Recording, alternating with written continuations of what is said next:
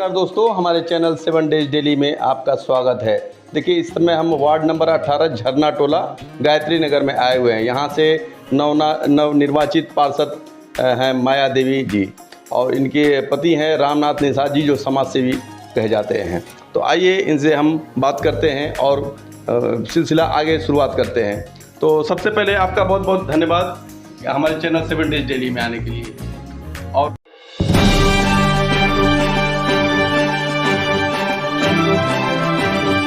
आप क्षेत्र के लिए क्या प्राथमिकता है आपने चुना हुआ है?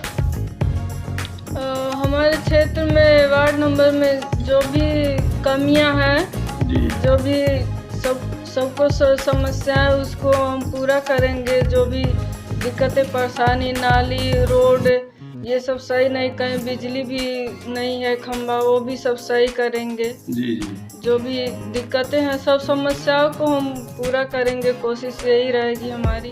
चुनाव के समय जब आप क्षेत्र में जाती थी तो तमाम लोग अपनी अपनी समस्याएं बताते होंगे, तो उसमें आपने क्या प्राथमिकताएं चुनी है? उनकी समस्याओं को मैं पूरा करूंगी, यही हमारी कोशिश है, यही मैं उसको पूरा करूंगी। आइए अभी हमारे जो पार्षद प्रतिनिधि हैं रामनाथ निषाद जी, उनसे बात करते हैं। आपका बहुत बहुत स्वागत है सर हमारे चैनल 7 डेज डेली में।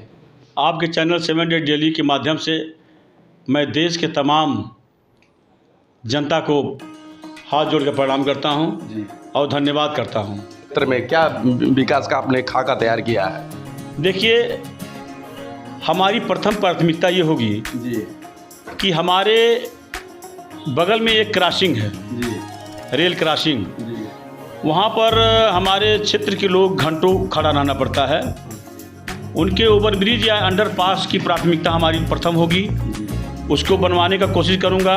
माननीय मुख्यमंत्री जी से निवेदन करूँगा और जो भी रेल के अधिकारी होंगे उनसे निवेदन और बात चल रही है हमारी। और निश्चित रूप से जो कि हमारे गोरखपुर छावनी कैंट टर्मिनल स्टेशन बन रहा है, उसका काम चल रहा है और हमको आश्वासन दिया गया है कि यह अंडरपास या फ्लाईओवर यहाँ बनेगा निश्चित। जब तक ये बन नहीं जाएगा हमारी प्रथम प्राथमिकता होगी। और हमारे क्षेत्र में और भी परेशानियाँ हैं, जैसे सड़क, नाली और पथ प्रकाश। ये बहुत जब आदमी ज़मीन पे उतरता है तो वहाँ पर परेशानी मालूम होता है। हम एक चीज़ को क्या गिनाएं, हमारे वार्ड में कई परेशानियां हैं जिसको मैं करवाने के लिए बाध्य हूं और अपनी जनता को खुश करने के लिए मैं किसी भी हद पर जा सकता हूं। अपने लोगों को सेवा करने के लिए मैं किसी के आगे हाथ फैला सकता हूं, मैं अपने जनता का भला करने के लिए। और मेरी कोशिश हमेशा रहेगी कि सभी परेशानियों से हम अपने क्षेत्र की जनता को निजात दिला सकें। क्षेत्र में पता चला है कि यहाँ लो वोल्टेज की समस्या बहुत है, तो इसके लिए आपने क्या प्रयास कर रहे हैं? देखिए, अभी हमारा जो है शपथ ग्रहण समारोह 27 तारीख को है। जी जी। अभी हमारे हाथ में कुछ आया नहीं है। हाँ। लेकिन उससे पहले आप लोगों ने हमारे फेसबुक पे देखा होगा, हमने काम शुरू कर दिया है। हमारे नाथनगर झरना टोला में लो वोल्टेज की परेशानी है। वहाँ के जो लोग हैं बहुत परेशानी झेल रहे हैं। उसको करने के इंजीनियर साहब को हमने बुलाया। इंजीनियर साहब से हमने सबको निरीक्षण करा करके ट्रांसफार्मर लगाने का प्रयास हमने किया है और ट्रांसफार्मर लगने जा रहा है। और उसके अलावा भी हमारे क्षेत्र में कई जगह लो वोल्टेज की परेशानी है और हर जगह मैं ट्रांसफार्मर लगवा करके सभी लोगों को इससे निजात दिलाऊंगा। कई क्षेत्र में कई जगह ऐसे हैं जहाँ पे अभी पूरी तरह खड़ंजा उखड़ गया है। जैसे आपके एरिया में ही अभी तमाम खड़ंजे उखड़ गए हैं, नाली अभी जाम है, तो इसके लिए अभी कुछ प्लानिंग बनाया है? देखिए, अभी तो मैं सदन में एक दिन नहीं बैठा हूँ। जी। नगर निगम सदन में हम एक दिन बैठे नहीं हैं और पूरे अधिकारियों से हमारा परिचय भी नहीं है। हमारे क्षेत्र में जो आप कह रहे हैं ये सही बात है। कई नालियाँ ऐसी हैं जो जाम पड़ी हुई हैं, कई नालियाँ जो ऐसी हैं जो टूटी हुई हैं, जिसको काम कराना बहुत ज़रूरी है। अभी बरसात आने वाला है, यदि नाली का सफाई नहीं हुआ तो सभी नाली चौक ले लेंगे और हमारे सड़कों पर एक बाढ़ का स्वरूप बन जाएगा। इसके लिए हम अपने सभी अधिकारियों से निवेदन करूंगा कि इस पर ध्यान दें। आप समाज सेवी भी हैं, इससे पहले भी आप क्षेत्र में काफ़ी समाज सेवा करते रहे हैं, जिसमें बाबा धाम के लिए बस वगैरह आप ले जाते हैं, पता चला है। और ये धनतेरस वगैरह में काफ़ी लोगों का मदद किया है, तो इस पर और कोरोना काल में आपने काफ़ी मदद किया पता चला है, तो इस पर आप क्या कहना चाहेंगे? देखिए, हमारा समाज सेवा का समय लगभग 20-25 साल हुआ है। मेरा उम्र 55 साल के आसपास है, 50 साल के आसपास है, और हमने आधे अपने जीवन से समाज का सेवा करना शुरू कर दिया, क्योंकि मैं समाज में जो भी परेशानियां हैं उसे बहुत नज़दीक से देखा हूं। मैं भी बहुत गरीबी झेला हूं। आज मैं उस योग्य हुआ हूं कि मैं अपने समाज का सेवा कर सकूं। और रही बात कोरोना काल, तो 2020 में आया था। 2020 में कोरोना काल में आप लोगों ने हमारे कार्य को सराहा है। हमको माननीय एडीएम महोदय ने भी पुरस्कृत किया है, प्रमाण पत्र दे करके, यही पर प्रमाण पत्र है। और हमने लगभग 90-100 दिन का कोरोना काल में अपना कार्यकाल पूरा किया था, और सभी लोग हमसे खुश थे। कोरोना काल में जो प्रवासी मजदूर बाहर से आ रहे थे, जिनके पैर में चप्पल तक नहीं थे, मैं बता दूं, ऐसी परेशानी थी कि जिनके बच्चे भूखे चले आ रहे थे। मैं प्रयास कर रहा था, मेरे पास जो भी था मैं प्रयास कर रहा था कि उनको मैं कैसे राहत दूं, और हमने दिया भी।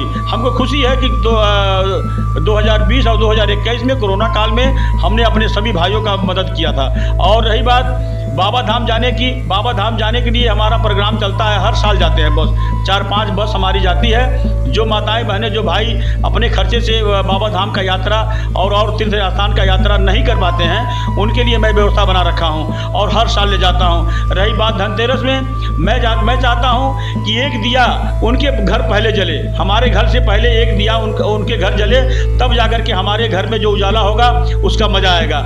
इसी तहत मैं अपने सभी क्षेत्रवासियों को धनतेरस के शुभ अवसर पर साड़ी, बर्तन, दिया, माचिस, पत्ती, तेल, मतलब जो भी मीठा जो भी सामान होते हैं धनतेरस में दीपावली मनाने के लिए, मैं देने की कोशिश करता हूं और देता भी हूं।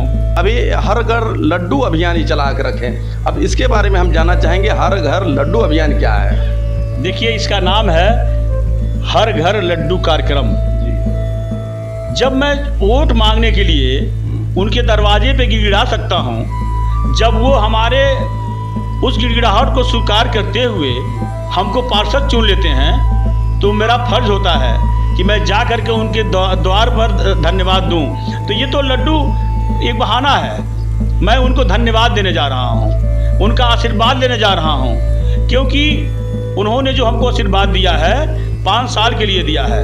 आज मैंने प्रण किया है कि हर द्वार एक प्रेम भरा स्वीट मैं लेकर जा रहा हूं और सबसे आशीर्वाद ले रहा हूं। और जब तक आज 10 दिनों से लगातार ये कार्यक्रम चल रहा है, अभी आधा वार्ड नहीं हो पाया है।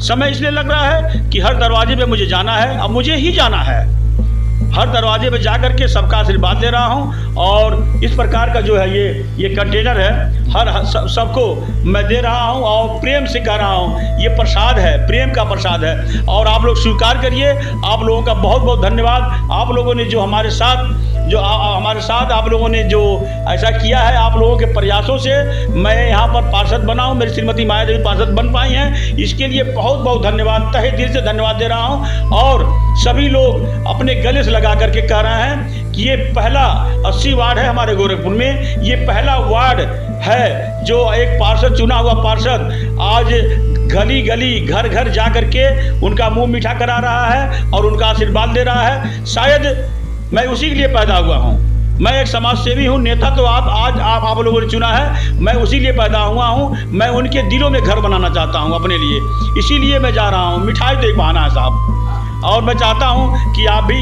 ये मिठाई स्वीकार करें। बिल्कुल। और ये निर्दल के रूप में चुनाव लड़े हैं, क्या ऐसा बात रहा ये इनके क्षेत्र में जो बड़ी बड़ी पार्टियों को नकार के एक निर्दल को चुना है, क्या कारण रहा इसका? देखिए, पिछले वर्ष भी हमारी श्रीमती, मतलब 2017 में हमारी श्रीमती माया देवी ने चुनाव लड़ा था, लेकिन बहुत कम वोटों से, लगभग उस समय ये 1150 वोट पाई थी। और हमारा प्रतिद्वंदी जो भारतीय जनता पार्टी से थे, लगभग 1300 से ऊपर वोट पाए थे।